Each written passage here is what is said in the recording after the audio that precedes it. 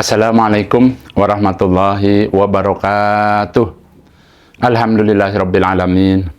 Asyhadu an la ilaha illallah wa asyhadu anna Muhammadan abduhu wa rasuluh sallallahu alaihi wasallam wa ala alihi wa ashabihi amma ba'da. Bapak Ibu yang dirahmati Allah, kembali di sini saya akan memberikan beberapa bimbingan yang berkaitan dengan pelaksanaan ibadah haji dan umroh. Tempo hari ada yang menanyakan ke saya, Abah, pada saat seseorang melaksanakan ibadah haji, apakah bisa mengumrohkan orang tuanya yang sudah meninggal? Kemudian, kalau memang bisa, bagaimana caranya? Apakah pada saat setelah pelaksanaan ibadah haji atau bagaimana? Nah, di sini ya, saya akan menjelaskan secara singkat, ya. Jadi saya berusaha sesingkat-singkatnya. Tujuannya apa? Tujuannya supaya Bapak Ibu lebih mudah memahami. Pada saat seseorang melaksanakan ibadah haji, ya, biasanya itu kalau ya, jamaah haji Indonesia itu kan melaksanakannya haji tamatu. Nah, pada saat pelaksanaan ibadah haji tamatu, biasanya gelombang pertama yang awal-awal itu banyak waktu luang pada saat berada di Mekah. Ya, karena melaksanakan ibadah umroh terlebih dahulu kemudian sambil nunggu haji. Begitu juga pada saat gelombang yang kedua yang terakhir. Ya, biasanya ada waktu beberapa hari menjelang hajian. Ya, biasanya kalau gelombang kedua itu kan langsung ke Jeddah, ya penerbangannya langsung Jeddah, langsung Mekah. Jadi, niat ihramnya untuk umrohnya itu di atas pesawat pada saat pesawat berada di atas Yalamlam. Nah, kemudian setelah umroh biasanya nunggu beberapa hari, ya, 2-3 hari, barulah pelaksanaan ibadah haji. Ya. Itu kalau gelombang kedua, tapi yang terakhir, kloter yang terakhir, biasanya waktunya mepet sekali. Hanya saja, ya, di sini saya akan menjelaskan, ya, saya tidak menyarankan, ya, ingat, saya tidak menyarankan Bapak Ibu, ya, membadalkan umroh untuk keluarganya, baik itu Bapak atau Ibunya, pada saat menjelang haji. Sebab apa? Ya, sebab niat Bapak Ibu yang utama adalah haji. Kalau saya menyuruh Bapak Ibu untuk mengumrohkan keluarganya, khawatir tujuan utamanya itu terkendala. Karena yang namanya ibadah haji, dari seluruh dunia itu manusia berkumpul jutaan. Nah, sedangkan tidak langsung melaksanakan haji, biasanya memperbanyak ibadah di Masjidil Haram. Itu saja sudah merupakan suatu perjuangan. Nah, untuk itu, ya, di sini saya menjawab atas pertanyaan tersebut. Apabila Bapak Ibu ingin mengumrohkan, maka lakukan setelah haji selesai. Kalau Bapak Ibu memaksakan dari sekarang, khawatir tadi, ya, kesehatannya terganggu, tenaganya terganggu, terlebih posisinya, ya, kalau yang namanya hajian itu kan manusianya banyak sekali. Ya. Tawaf bisa saja jadi lama, sa'i bisa saja jadi lama. Tuh ya. Jadi saya menyarankan bagi yang ingin membadal umrohkan keluarganya boleh. Dan saya menyarankan nanti setelah selesai hajian. Nah, itu saya menyarankan seperti itu. Terlebih sekarang ini, ya, insya Allah haji ini insya Allah tanggal, kalau lebaran di Indonesia itu kan lebaran, tanggal 10 Dzulhijjahnya kan tanggal 29 Juni, ya, 29 Juni. Nah, untuk Bapak Ibu patokannya saya sarankan sekarang, ya, silahkan supaya fokus jaga kesehatannya, jaga makanannya, jaga fisiknya. Bagaimana caranya Bapak Ibu fokus satu arah agar dalam pelaksanaan ibadah hajinya sukses. Itu saja. Ya, karena memang dari awal kan Bapak Ibu mau haji. Kalau memang sekiranya niatnya mau haji, ya berarti fokus itu saja dulu. Ya, sambil menunggu hajian, silahkan semampunya ya ibadah di Masjidil Haram, ibadah di Mekah semampunya, jangan memaksakan diri. Ya, terlebih di tahun ini, kan yang namanya orang-orang yang berangkat haji ini saya perhatikan, kemarin kan saya juga ya berkunjung ke masjid tempat yayasan yang memberangkatkan, itu banyak sekali orang-orang sepuhnya. Ya, saya sarankan sabar. Nah, setelah hajian apa yang dilakukan? Langsung saja secara singkat akan saya jelaskan. Pada saat Bapak Ibu setelah selesai haji, haji itu dimulai pada tanggal 8 Zulhijjah atau hari Tarwiyah. Ya, tanggal 8 biasanya berangkat jamaah, ya, calon jamaah haji, ya, jamaah haji Indonesia ini kita bicarakan jamaah haji Indonesia berangkat menuju ke Arafah. Tapi ada juga yang berangkat menuju ke Mina. Dua-duanya diperbolehkan, sah hukumnya. Ya, kalau ngikutin tuntunan Nabi berangkatnya itu ke Mina, nginep dulu di Mina. Tapi itu sunnah. Untuk mempersingkat waktu pemerintah Indonesia, para jamaah hajinya itu yang reguler itu berangkatnya kemana? Ke Arafah. Sambil menunggu hari wukuf. Wukuf itu tanggal 9 Zulhijjah. Kalau di Indonesia yang tidak haji disunahkan puasa Arafah. Pahalanya Allah akan mengampuni 2 tahun. 1 tahun sebelumnya dan 1 tahun yang akan datang. Jadi intinya ya akan diampuni dosa-dosanya selama 2 tahun. Bagi yang tidak haji. Bagi yang haji dilarang puasa pada tanggal 9 Zulhijjah karena pada saat itu Bapak Ibu yang haji berada di Arafah. Nah, kemudian yang namanya haji ya dimulai tadi tanggal 8, tanggal 9, tanggal 10, selesainya tanggal 13. Setelah tanggal 13, biasanya Bapak Ibu ke hotel, kemudian melaksanakan tawaf ifadah. Ya, setelah tawaf ifadah, sa'i, berarti selesai. Tinggal nunggu kepulangan. Sebelum pulang, ada kewajiban lagi nih yang haji, yaitu melaksanakan namanya tawaf perpisahan atau tawaf wada. Itu ya. Nah, kemudian pertanyaannya kembali ke yang tadi. Bagaimana Pak? Saya ingin membadalkan keluarga saya. Umpamanya bapaknya yang sudah meninggal, ibunya yang sudah meninggal. Apakah boleh? Boleh. Saya menyarankan nanti setelah selesai semua, yaitu setelah melaksanakan tawaf haji atau tawaf ifadah. Ya. Yang namanya tawaf ifadah, Bapak Ibu, ya, melaksanakan tawaf di Baitullah, kemudian ini biasanya yang reguler itu lanjut ke pelaksanaan sa'i. Setelah itu selesai semua, namanya selesailah hajian. Tahapan-tahapan hajian itu selesai.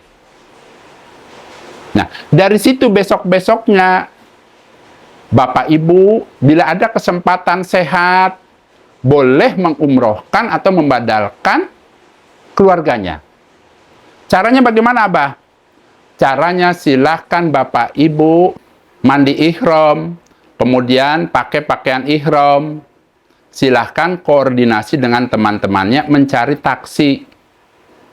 Taksi kemana? Menuju ke Tanim. Untuk apa? Untuk bermikot. Nah, insya Allah biasanya ya, taksi itu kalau kita misalnya naik taksi 4 orang, 5 orang, nanti taksinya juga nunggu di sana. Jadi dari arah Mekah ke Tanim nunggu, tidak langsung pergi. Sesampainya di Tanim, apabila batal wudhunya, silahkan berwudhu kembali. Setelah punya wudhu, silahkan masuk ke dalam masjid, silahkan sholat 2 rakaat. Nama masjidnya Masjid Ummul Mukminin, Masjid Aisyah. Ya, adanya di mana tadi? Di Tanim. Setelah sholat 2 rakaat, silahkan Bapak Ibu boleh langsung niat. Niatkan di dalam hatinya ingin mengumrohkan keluarganya. Karena Engkau ya Allah. Hatinya supaya gerentes, supaya niat. Tancapkan niatnya di dalam hati karena Allah. Setelah niat silahkan ucapkan, lafadzkan. Labbaik Allahumma umrotan an. Nah, setelah mengucapkan an, sebutkan yang dibadalkannya atau yang diumrohkannya. Contoh, umpama ingin membadal umrohkan ibunya yang sudah meninggal. Nama ibunya umpamanya Ibu Aminah. Berarti bagaimana cara mengucapkan atau melafadzkan niatnya? Labbaik Allahumma umrotan an Aminah.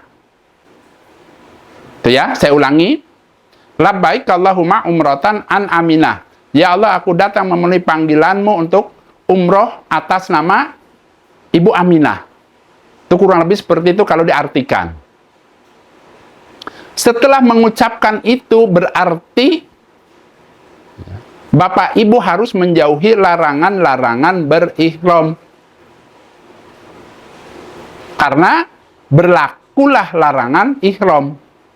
Kalau sudah niat dan mengucapkan labbaik Allahumma umrotan an siapa? Ya, jadi larangan ihram sebagaimana yang saya jelaskan, insya Allah Bapak Ibu sudah paham.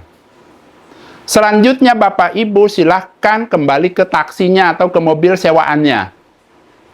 Kemudian silahkan kembali ke Mekah.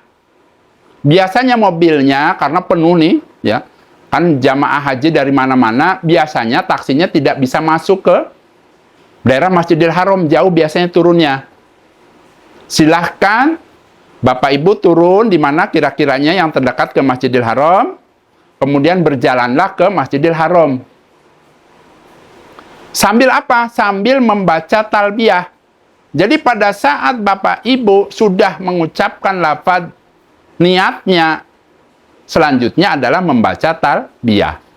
Labbaik Allahumma labbaik, labbaik la syarika lak labbaik, innal hamda wan ni'mata laka wal mulk la syarika lak. Silahkan diulang-ulang. Untuk wanita suaranya cukup lirih saja. Kalau laki-laki boleh dikeraskan. Silahkan di dalam perjalanan dari Tan'im ke Masjidil Haram, silahkan diulang-ulang bacaan talbiyahnya. Nah, kita singkat. Sesampainya Bapak Ibu ya, di pelataran atau di halaman Masjidil Haram, ya, biasanya di situ ya Bapak Ibu ada, maksudnya silahkan tentukan ya masuknya kemana. Biasanya ya, yang kalau tergantung Bapak Ibu posisi kedatangan taksinya. Silahkan setelah itu masuk ke area yang pada pakai pakaian ihram. Karena biasanya ada pintu khusus. Contoh misalnya di depan pintu WC 3 di daerah Aziad.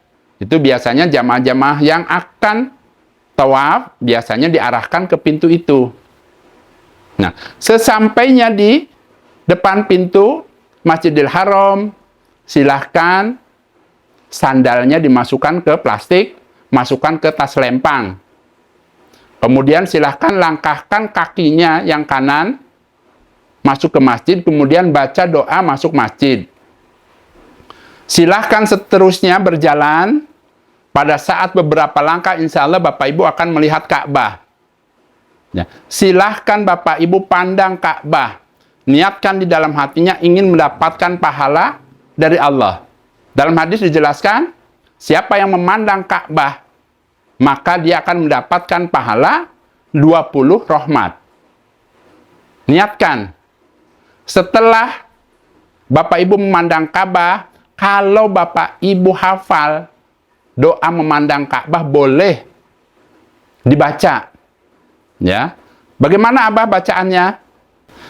Bacaannya Allahumma jid baitaka hada tasrifan wa ta'diman wa takriman wa biron wa mahabatan. Saya ulangi.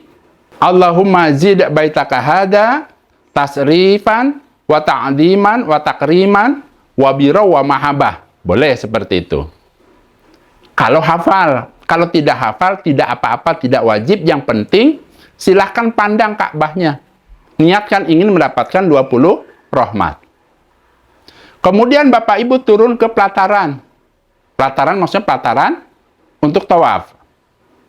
Laksanakan tawaf sebagaimana tawaf-tawaf yang pernah dilakukan. Sama. Sejajarkan dengan Hajar Aswad, angkat tangannya yang kanan, kemudian ucapkan Allahu Akbar, boleh. Atau ucapkan Bismillah Allahu Akbar, boleh. Kemudian melangkah, bacaannya sebagaimana yang pernah saya ajarkan. Subhanallah, walhamdulillah, wala ilaha illallah, wallahu akbar, wala haula, wala quwata illa billah. Terus silahkan diulang-ulang. Sesampainya di pojok rukun Yamani atau rukun Yaman, zikirnya silahkan dirubah dengan doa sapu jagad. Rabbana atina fid dunya hasanah wa fil akhirati hasanah wa qina adzabannar. Silahkan diulang-ulang sampai pojok Hajar Aswad. Ingat, pada saat Bapak Ibu melewati rukun Yamani tidak perlu diangkat, tidak perlu isyarah. Ya, saya tegaskan seperti itu supaya tidak keder, dan memang tuntunan seperti itu. Yang isyarah itu hanya posisi sejajar dengan Hajar Aswad. Pada saat Bapak Ibu dapat satu putaran, berarti kembali posisinya berada di sejajar dengan Hajar Aswad. Itu namanya dapat satu putaran. Lakukan itu sebanyak 7 putaran. Doanya atau bacaannya sama Bapak Ibu. Sunahnya seperti itu. Hanya ada 2 sunahnya. Dijelaskan dalam hadis, pada saat Bapak Ibu Bismillahirrahmanirrahim melangkah, ya, membaca zikir Subhanallah, walhamdulillah, wala ilaha illallah, wallahu akbar, wala haula, wala quwata illa billah. Itu sunahnya. Kemudian tadi, pada saat sampai di pojok rukun Yamani atau rukun Yaman, silahkan dibaca doa sapu jagadnya. Insya Allah Bapak Ibu hafal. Setelah selesai 7 putaran, silahkan ke belakang makom Ibrahim.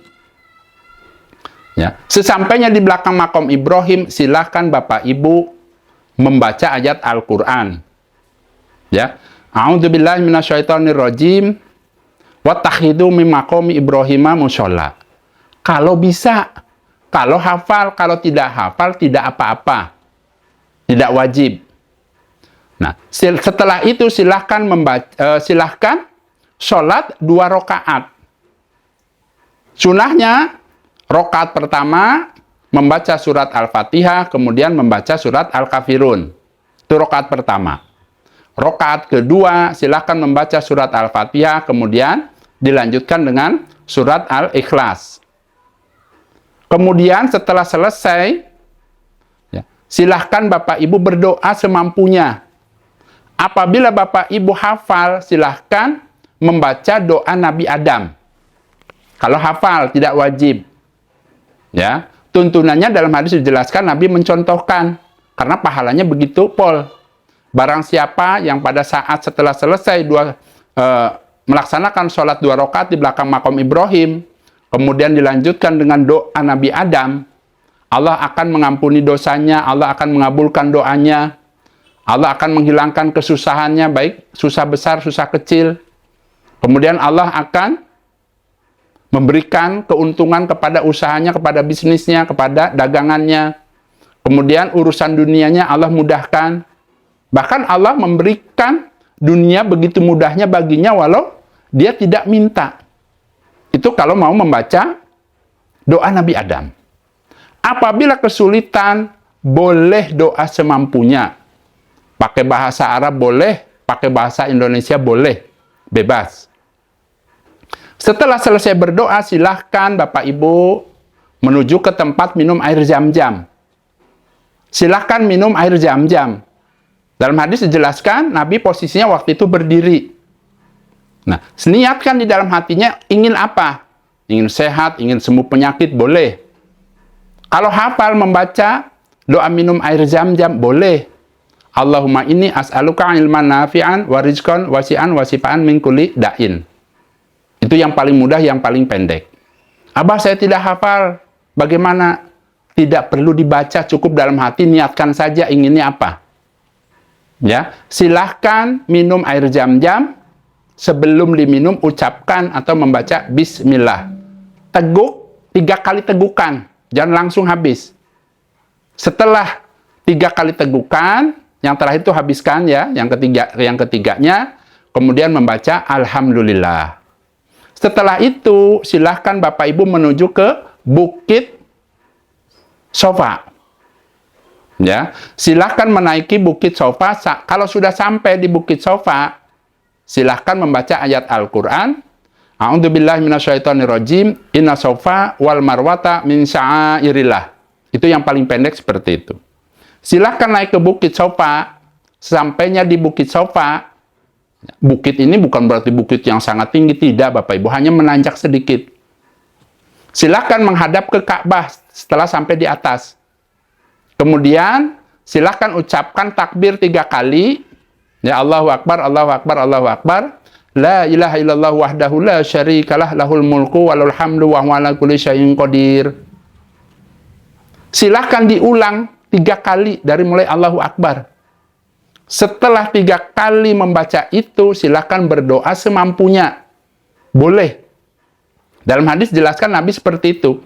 Setelah membaca itu, Nabi itu langsung berdoa sesuai dengan keinginannya. Nah, Bapak Ibu juga kan? Ya, permintaannya atau kebutuhannya lain-lain. Silahkan berdoa masing-masing. Ingat, Bukit Sofa dan Bukit Marwah itu merupakan tempat yang mustajab untuk berdoa. Setelah selesai ya, berdoa, silahkan turun. Menuju kemana? Menuju ke Bukit Marwah. Di dalam perjalanannya boleh berzikir. Sebagaimana umpamanya pada saat tawaf boleh. Subhanallah, walhamdulillah, wala ilaha illallah, wallahu akbar, wala haula, wala quwata illa billah. Silahkan diulang-ulang. Tapi saya menyarankan Bapak Ibu tidak perlu keras-keras. Yang namanya berzikir itu lirih, pelan. Ya, karena akan mengganggu orang lain. Tidak perlu keras-keras, tuntunannya lirih, biasa. Ya. Nah, sebelum sampai di Bukit Marwah, ada yang namanya neon lampu hijau. Tuntunannya atau sunahnya laki-laki ngincik. Lari-lari kecil. Kalau wanita berjalan seperti biasa saja. Ya, di situ ada doanya. Ya, kalau Bapak Ibu hafal silahkan berdoa, kalau tidak semampunya doa apa saja boleh. Umpamanya doanya mau doa sapu jagat boleh. Rabbana atina fid dunya hasanah wa fil akhirati hasanah wa qina adzabannar boleh. Dalam hadis dijelaskan ada ya Rabbighfirli warham wa antal azul akram. Itu yang paling pendek. Rabbighfirli warham wa antal azul akram. Setelah berulang-ulang dibaca itu, kemudian melewati ya neon warna hijau, silakan berzikir kembali seperti yang tadi saya ajarkan.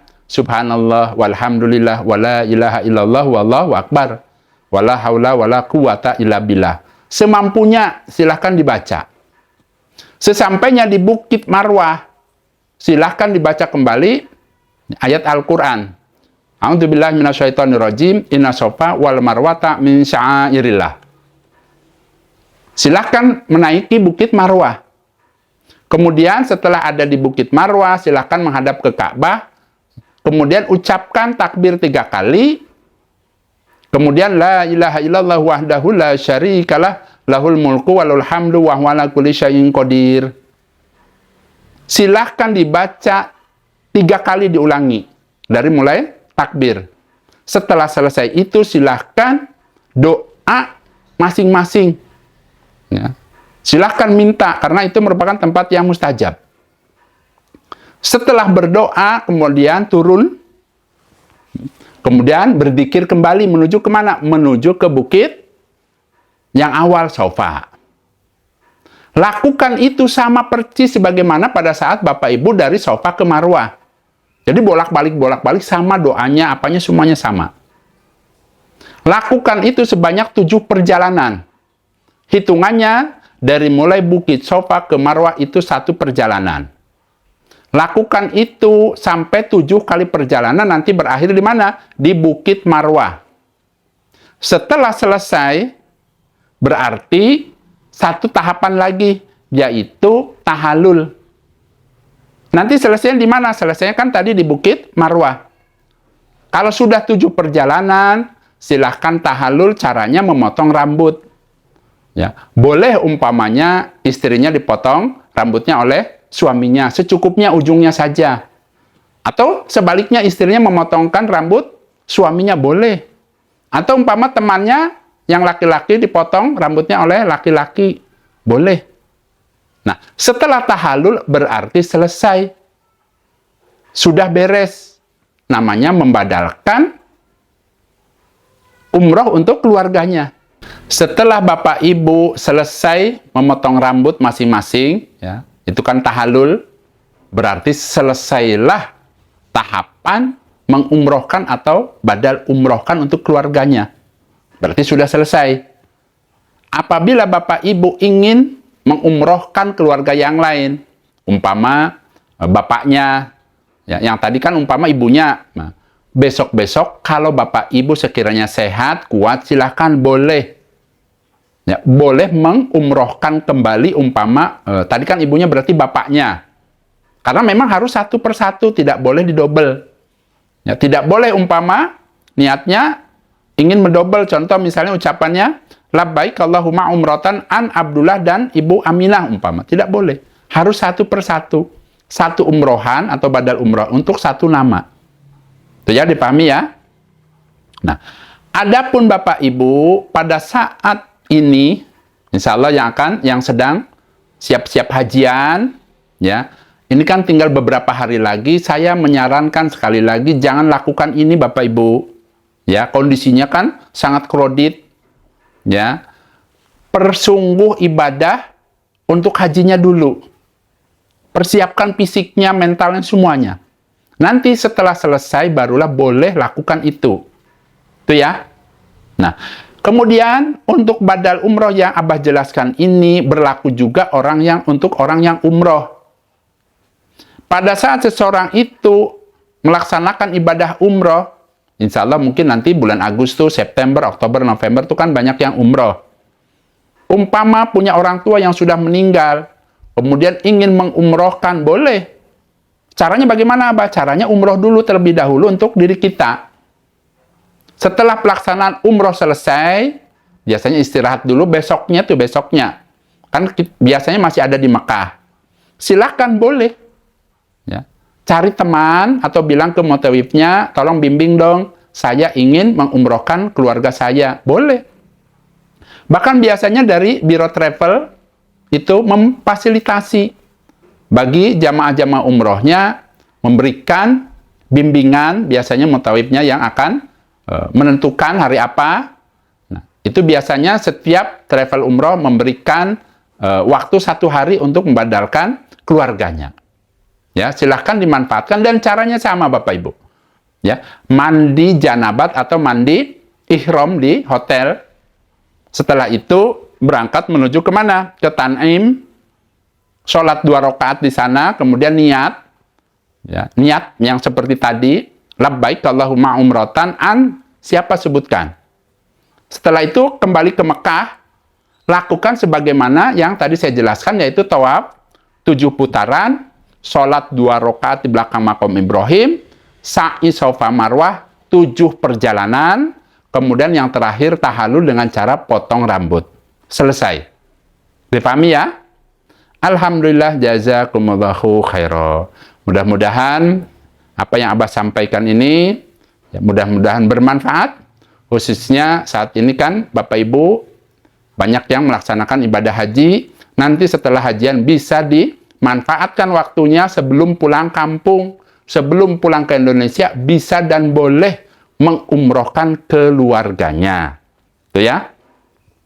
Apabila Bapak Ibu masih ada unek-unek yang perlu ditanyakan, silahkan ditanyakan di kolom komentar. Jangan lupa apabila Bapak Ibu belum mengklik tulisan subscribe-nya di bawah, silahkan diklik supaya hilang tulisannya.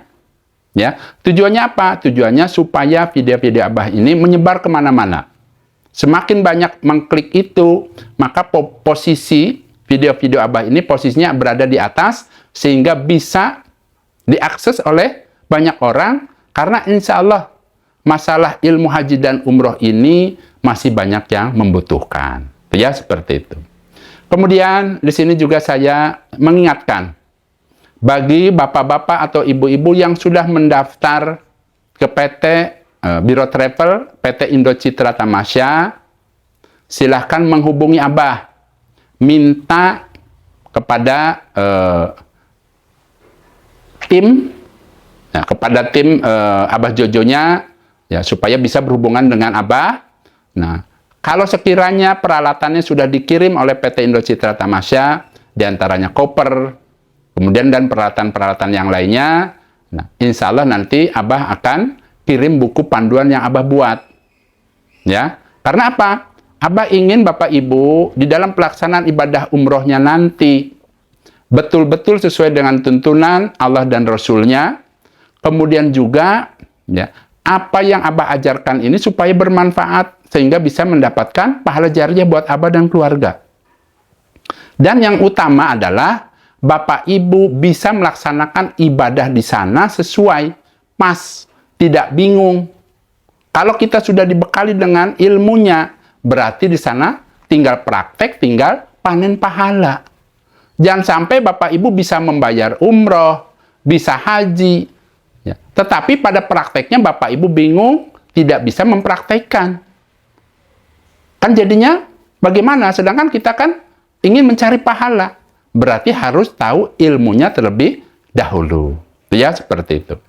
Nah, kemudian bagi Bapak Ibu yang ada niatan ingin umroh, ya, insya Allah Abah akan umroh di bulan November selama 12 hari. Dan bagi yang ingin umroh bersama Abah, baik itu dari Kalimantan, dari Sumatera, dari Jawa, bisa bergabung. Ya, silahkan nanti di deskripsinya akan saya tuliskan, ada timnya. Ya, insya Allah saat ini sudah ada beberapa orang yang daftar dari Jawa Timur, dari Jawa Barat, dari Tangerang, dari Surabaya, Blitar. Ya, silahkan. Ya, silahkan menghubungi. Ada nanti di deskripsinya akan Abah jelaskan. Ya, nah di sini Abah ajak Bapak Ibu untuk ibadah umroh. Kenapa? Ya, kalau Bapak Ibu umrohnya bareng dengan Abah, insya Allah nanti Abah sendiri yang akan mengajarnya secara online dengan cara dua arah. Yang pertama Abah sampaikan ilmunya, arah kedua Bapak Ibu boleh bertanya. Supaya apa? Dengan cara begitu akhirnya hasilnya akan paham. Kalau Abah hanya menyampaikan bla bla bla bla, tidak dikasih kesempatan untuk bertanya, belum tentu Bapak Ibu paham.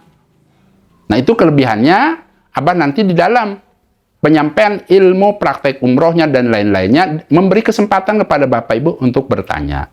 Jadi nanti yang jauh-jauh, yang dari mana, ditentukan nanti pada hari apa, nanti Abah akan mengajar secara online. Itu ya. Dan insya Allah, ya, buku panduannya, apabila Bapak Ibu sudah mendaftar, insya Allah, nanti kan biasanya dari timnya itu akan mengirim peralatan-peralatan umrohnya, ada koper, ada kudungan, ada baju batik, bahan batik, nanti dikirim. Kemudian pada prakteknya, insya Allah nanti kita berkumpul, ya, berkumpul di Hotel Fafe dekat bandara. Kemudian, ya, nanti kita sama-sama berangkat dari Hotel Fafe menuju bandara. Jadi insya Allah di bulan November ini kita akan umroh selama 12 hari. Itu ya. Nah, kemudian umpama ada yang bertanya, Abah, apakah transit pesawatnya? Nah, insya Allah pesawatnya menggunakan pesawat Saudi Airlines. Nah, insya Allah di pesawat ini Bapak Ibu ada tempat sholatnya di belakang tuh. Tempo hari saya menyuruh ke istri saya untuk foto-foto. Jadi bisa digunakan umpama ingin sholat di situ ada.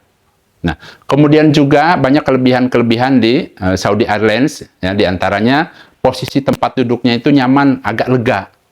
Ya, jadi saya itu sudah cocok yang namanya pesawat Saudi Airlines. Nah, kemudian pesawat Saudi ini, ya, berangkat dari Soekarno-Hatta menuju kemana? Menuju ke Jeddah. Tidak mampir-mampir dulu, tidak transit. Perjalanan kurang lebih 9 jam. Dari situ kemudian kita naik bis menuju ke Madinah. Ya, sambil lihat-lihat di perjalanan, ya, pemandangan di sana. Nah, kemudian sesampainya di Madinah kita menginap beberapa hari di Madinah. Kemudian dari situ setelah selesai semua urusan di Madinah, kita berangkat umroh menuju Mekah. Ya, dan hotelnya Bapak Ibu yang di Madinah insya Allah bintang 5, yang di Mekah bintang 4. Ya, dan Abah pilih di bulan November ini. Ya, kenapa? Karena pada saat bulan November ini, ya, kondisinya di sana kondisi sedang, cuacanya sedang, kemudian orang-orangnya biasanya sedang, tidak terlalu rame dan juga tidak terlalu sepi. Kalau sepi itu, kalau yang Abah rasakan itu tidak semangat. Yang nyaman itu adalah orangnya sedikit, sedang-sedang saja, kemudian cuacanya juga sedang-sedang saja. Itu memang di bulan November. Ya, Abah sudah rasakan itu nyaman di bulan November. Kalau pada saat bulan Desember, Januari, Masya Allah dingin. Ya, apalagi puncaknya itu biasanya akhir Desember, awal Januari. Dan biasanya karena hari libur internasional, biasanya itu sangat padat. Kalau terlalu padat juga kredit tidak nyaman. Ya, terlalu sepi juga kurang semangat. Jadi diambil bulan November, insya Allah barokah. Ya. Nah, saya rasa itu saja Bapak Ibu. Abah pamit. Wassalamualaikum warahmatullahi wabarakatuh.